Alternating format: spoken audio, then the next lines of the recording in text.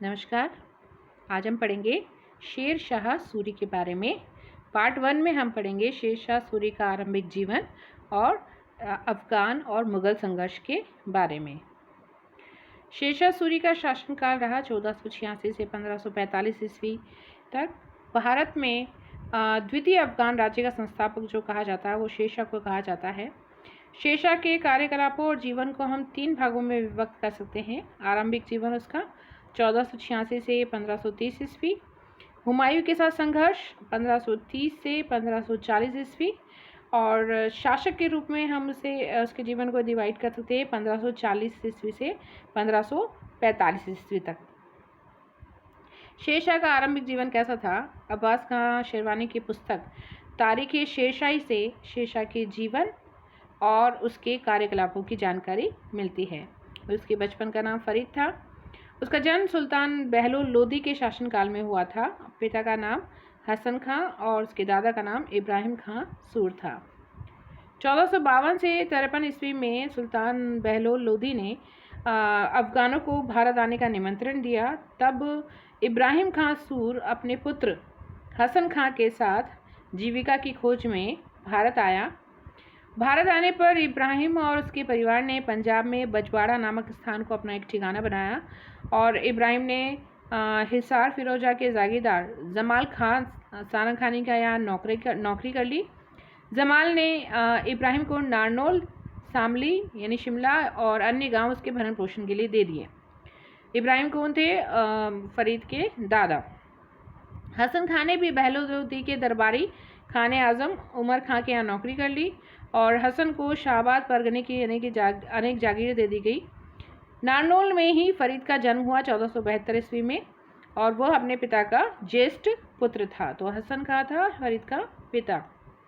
सिकंदर लोदी के समय जब जमाल खां को जौनपुर की सूबेदारी भी मिली तब वह हसन खां को भी अपने साथ जौनपुर ले गया।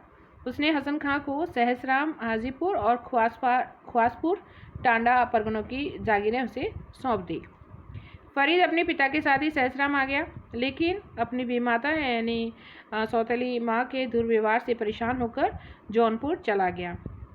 जौनपुर उस समय इस्लामी संस्कृति और विद्या का केंद्र था, जहाँ उसने अरबी और फारसी का अध्ययन किया और उसकी कुशाग्रता से प्रभावित होकर ही जमाल खान ने हसन खां को फरीद को बिहार में सहसराम और ख्वासपुर यानी जिलाबाद शाहबाद की जागीरें सौंपने के लिए कहा। जागीरदार के रूप में फरीद ने करीब 21 साल तक अपना समय बिहार में ही व्यतीत किया और इस समय का सदुपयोग उसने अपने शासन प्रबंध को व्यवस्थित करने में किया। उसने किसानों, जमींदारों और मुकद्दमों से सीधा संपर्क स्थापित किया, विद्रोही जमींदारों पर नियंत्रण स्थापित किया और कृषि और भू राजस्व व्यवस्था की तरफ ध्यान दिया। सेना का समुचित संगठन किया और स्थानीय अधिकारियों के प्रति निश्चित नीतियाँ तय की। और जागीरदार के रूप में फरीद का सबसे महत्वपूर्ण कार्य था किसानों के हितों की रक्षा करना। उसने ज़मीन की नाप करवाकर उपज के अनुसार लगान की राशि तय की। किसान को पट्टा देने और उनसे कबूलियत लिखवाने की भी व्यवस्था की गई। लगान वर्ष में 2 बार लेने का प्रबंध किया गया। सेना में समान रूप से हिंदू तथा मुसलमानों को स्थान दिए गए। सैनिकों को नगद वेतन और घोड़े दागने की भी व्यवस्था की गई। इन प्रशासनिक सुधारों द्वारा फरीद ने आगामी जो शासन व्यवस्था थी उसकी नींव डाली। फरीद खान ने दोनों परगनों का प्रबंध लगभग 21 वर्षों तक किया और उसकी प्रबंध कुशलता के बावजूद भी उसका जो पारिवारिक जीवन जो था वो सुखी नहीं था। उसकी बीमाता के व्यवहार से दुखी होकर फरीद को 1518 ईस्वी में सहसराम छोड़ने पर बाध्य होना पड़ा। शेर शाह सहसराम से आगरा चला गया। यहाँ दौलत खान लोदी का संरक्षण प्राप्त करके उसने सुल्तान इब्राहिम से प्रार्थना की कि वह उसे सहसराम और ख्वासपुर टांडा के परगने जागीर में दे दिए जाएं। सुल्तान इब्राहिम ने उसकी प्रार्थना को उस समय तो अस्वीकार कर दिया, किंतु इसी वर्ष हसन की मृत्यु हो गई 1520 में। तो अब सुल्तान को कोई आपत्ति नहीं थी, इसलिए उसने दोनों परगने फरीद को सौंप दिए। कौन कौन से? सहसराम और ख्वासपुर टांडा।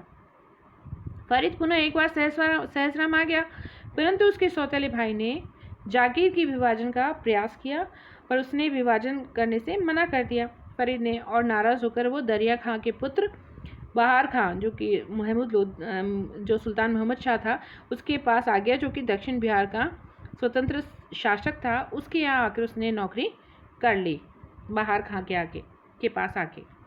बहार खां लोहानी ने उसकी बुद्धिमत्ता और दूरदर्शिता तथा वीरता से प्रसन्न होकर उसे शेर खां की उपाधि प्रदान की तथा अपने छोटे पुत्र जलाल खां का उसको अतालिक नियुक्त किया। अतालिक मतलब संरक्षक और शिक्षक। बाद में वह दक्षिण बिहार का उप प्रशासक भी बनाया गया। सुल्तान मोहम्मद शाह लोहानी कबीले का था और उसके दरबार में लोहानी अफगानों का भी प्रभाव था, जो ये नहीं चाहते थे कि सूरी कबीले के सदस्य को दरबार में प्रमुखता मिले। उन्होंने सुल्तान मोहम्मद शाह को शेर खां के विरुद्ध भड़काया, जिससे मोहम्मद शाह ने उसे नौकरी से हटा दिया और उसकी जागीर को भी उसके सौतेले भाई सुलेमान में विभाजित करने का आदेश दे दिया। शेर खां ने जागीर को पुनः प्राप्त करने के लिए अब मुगलों की सहायता प्राप्त करने का निर्णय लिया। उसने कड़ाक मानिकपुर का मुगल सूबेदार था जुनैद बल्लास, उससे उसने मदद मांगी और कहा कि वह इस जागीर को मुगल जागीरदार के रूप में रखेगा। तो पूर्व में मुगलों की सत्ता के विस्तार की दृष्टि से जुनैद बल्लास ने शेर खां का निवेदन भी स्वीकार कर लिया और शेर खां ने मुगल सहायता से सहसराम और ख्वासपुर टांडा की जागीर भी प्राप्त कर ली। शेर खां मुगल सेना में लगभग 15 साल तक रहा। वह बाबर के चंदेरी अभियान में भी उपस्थित था और इस काल में उसने मुगलों का सैनिक संगठन, सैनिक चालें, तोप खाने का प्रयोग, इन सब का अध्ययन किया और जो बाद में उसके लिए बहुत महत्वपूर्ण सिद्ध हुआ। उसी समय उसने कहा था, जब वो मुगल सेना में था तभी उसने कहा था कि अगर भाग्य ने मेरी सहायता की तो मैं सरलता से मुगलों को एक दिन भारत से बाहर खदेड़ दूंगा। बाबर को शेरशाह के बारे में संदेह हो गया था, अतः वह संभवतः शेर खां को बंदी बनाना चाहता था। लेकिन जैसे ही शेर खां को इस बात का पता चला, शेर खां अपनी सैनिक टुकड़ी के साथ भागकर अपनी जागीर में वापस आ गया। 1528 ईस्वी में वह मुगलों की नौकरी छोड़कर पुनः बहार खां के पास आ गया और उसने फिर से जलाल खां के संरक्षक का पद प्राप्त कर लिया। फिर बहार खां की जैसे मृत्यु हुई और मृत्यु के बाद जलाल खां की माता और संरक्षिका दूदू बेगम का सलाहकार उसको नियुक्त किया गया। बाद में उसने दूदू बेगम से विवाह भी कर लिया और इस प्रकार एक तरह से वो दक्षिण बिहार का प्रशासक बन गया। 1529 ईस्वी में शेर खां ने इब्राहिम लोदी के भाई महमूद लोदी की ओर से घाघरा के युद्ध में भाग भी लिया था, किंतु इस युद्ध में अफगानों की हार हुई और इस युद्ध में अफगानों की सहायता उस समय बंगाल का सुल्तान कर रहा था, नुसरत शाह। महमूद लोदी भागकर बंगाल के सुल्तान की शरण में चला गया और शेर खां ने चालाकी दिखाकर बाबर से माफ़ी मांग ली। तो शेर खां की बातों में आकर बाबर ने जलाल खां को दक्षिण बिहार का शासन और शेर खां को उसका सहायक बना रहने दिया। इससे शेर खां की शक्ति और प्रतिष्ठा में और अधिक वृद्धि हुई और उसने दक्षिण बिहार पर अपना प्रभाव स्थापित कर लिया। शेर खां की बढ़ती हुई शक्ति तथा सूरी कबीले के अफगानों के बढ़ते प्रभाव से लोहानी अफगान अमीर जो थे वो बहुत आशंकित हो गए और उन्होंने शेर खां को हटाने के लिए बंगाल के शासक नुसरत शाह से सहायता मांगी। जलाल खां भी चूंकि अब व्यस्त हो चुका था तो सत्ता स्वयं अपने हाथों में लेना चाहता था, इसलिए वह भी षड्यंत्र में शामिल हो गया। तो उत्तरी बिहार पर नुसरत शाह का अधिकार था, इसलिए वो दक्षिण बिहार पर भी अधिकार करना चाहता था। तो 1529 में उसकी सेना शेर खां द्वारा बुरी तरीके से पराजित हुई और इस विजय के बाद शेर खां की शक्ति और बढ़ गई और उसके पास पर्याप्त धन भी हो गया। लोहानी सरदारों ने शेर शाह की हत्या का भी प्रयास किया, लेकिन शेर खां ने बंगाल की सेना को पराजित कर दिया। फलतः क्या हुआ, लोहानी सरदारों के साथ जलाल खां भी बिहार छोड़कर बंगाल चला गया। अब शेर खां ही दक्षिण बिहार का वास्तविक शासक बन गया और उसने हजरत आला की उपाधि धारण करके अपना राज्य कार्य का संचालन करता रहा। अब शुरू होता है मुगल अफगान संघर्ष, जो कि शेर खां और हुमायूं के बीच हुआ। बिहार में अपनी शक्ति स्थापित करके शेर खां ने नए मुगल बादशाह, उस समय मुगल बादशाह बना था हुमायूं, उससे संघर्ष करने का निश्चय किया, क्योंकि चूँकि जब तक बाबर जीवित रहा शेर खां ने उससे कभी खुला संघर्ष करने का प्रयास नहीं किया और दोहरिया के युद्ध तक भी शेर खां मुगलों को भ्रम में फंसाए रखकर अपनी स्थिति मजबूत करता रहा। मैंने आपको बताया कि उसने बाबर से क्षमा मांग ली थी और उसने फिर उसको जलाल खां का संरक्षक नियुक्त रहने दिया था। दोहरिया के युद्ध के बाद वह मुगलों से संघर्ष करने को उतारू हो गया। आरंभ में उसने हुमायूं को भी बुलावे में रखा, परंतु वह उचित मौके की तलाश में था। तो हुमायूं से पहला संघर्ष उसका चुनारगढ़ के किले को लेकर था। चुनारगढ़ के किले के अफगान किलेदार थे, उसमें ताज खान सारंगखानी ने बाबर की अधीनता स्वीकार कर ली थी। फिर बाबर ने उसे जुर्नेद बरलास के नियंत्रण में रख दिया था। 1529 में ताज खान की मृत्यु हो गई और उसके बाद शेर खान ने चुनारगढ़ के किले पर अधिकार कर लिया तथा ताज खान की विधवा लाड मलिका से विवाह करके इस अधिकार को पुष्ट भी कर दिया। इसके किले में लोधी सुल्तान का राजकोष भी था, जो कि शेर खान को प्राप्त हुआ, जिससे उसने अपनी सैनिक शक्ति में वृद्धि करी।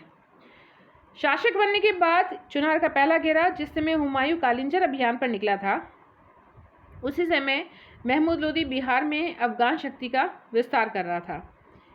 अतः हुमायूं जो था वो कालिंजर से बिहार की तरफ बढ़ा और अगस्त 1532 ईस्वी में उसने दोराहा नामक स्थान पर महमूद लोदी को परास्त कर दिया।